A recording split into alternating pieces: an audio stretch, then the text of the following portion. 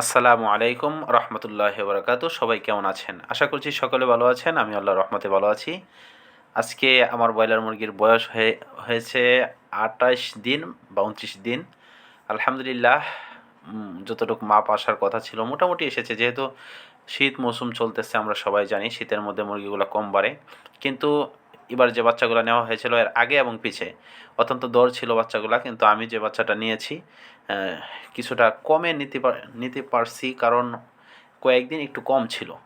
পরে এবং আগে মোটামুটি বাচ্চার দামটা বৃদ্ধি ছিল।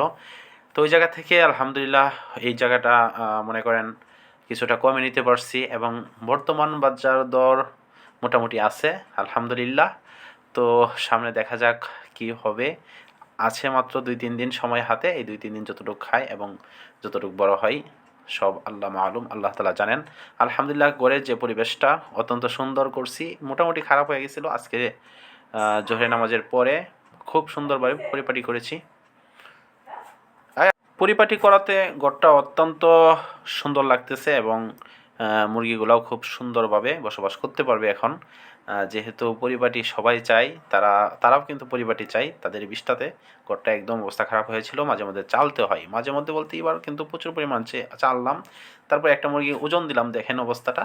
মোটামুটি ৭০০-৮০০ গ্রামের মতো, ১ কেজি ৮০০ গ্রামের মতো হয়ে গেছে। আলহামদুলিল্লাহ ২ দিন খাইলে মোটামুটি ২ কেজি যদি হয়ে যায় তাহলে কিন্তু লাভের অংশটা অনেক বেড়ে যাবে। ২ কেজি হওয়াটাও অনেকটা টাফ হয়ে যায়, কঠিন হয়ে যায়। দেখা যাক কি হয়।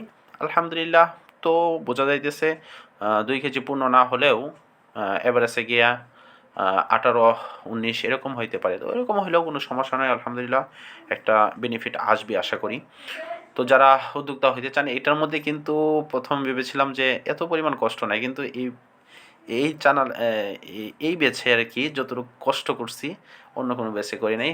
একদম পরিপাটি রাখছি, যেহেতু শীত মৌসুম এবং বাতিগুলা সবসময় ধরায় রাখছি যাতে করে কোনো প্রকার ঠান্ডা না লাগে। আলহামদুলিল্লাহ কোনো অসুখ-বিসুখ এখন পর্যন্ত ধরে নাই। মাত্র ২-৩ দিন হাতে আছে ইনশাআল্লাহ। তো আশা করতেছি কোনো প্রকার ক্ষতিগ্রস্ত হব না। সবাই আপনারা দোয়া করবেন। আপনারা যদি দোয়া করেন ইনশাআল্লাহ আল্লাহ তাআলা আমাকে তারাক্কি দান করবেন। আর ব্যবসা করাটা সুন্নাহ আদায়ের জন্যই করতেছি এবং এই ব্যবসার মধ্যে আল্লাহ তাআলা হালাল রুজি রেখেছেন। ওই জায়গা থেকেই ব্যবসার দিকে আসা। মাদ্রাসার পাশাপাশি, মসজিদের পাশাপাশি যেকোনো একটা কর্মের কথা আমি সবসময় বলে থাকি। যারা ওলামায়ে কেরাম রয়েছেন, যারা হুজুর আরকি, তারা যারা দেখতেছেন বা দেখবেন ভিডিওটি, ইনশাআল্লাহ আপনারাও আপনাদের স্থান থেকে যেকোনো একটা কর্মে, ব্যক্তিগত একটা ব্যবসা বা কোনো একটা কাজে হালাল কোনো উপার্জনের মধ্যে ঢুকে যান। আল্লাহ তাআলা আমাদেরকে কবুল করুন। আমিন। আসসালামু আলাইকুম ওয়া রাহমাতুল্লাহি ওয়া বারাকাতুহু। সবাই ভালো থাকেন। আল্লাহ তাআলা সবাইকে ভালো রাখুন।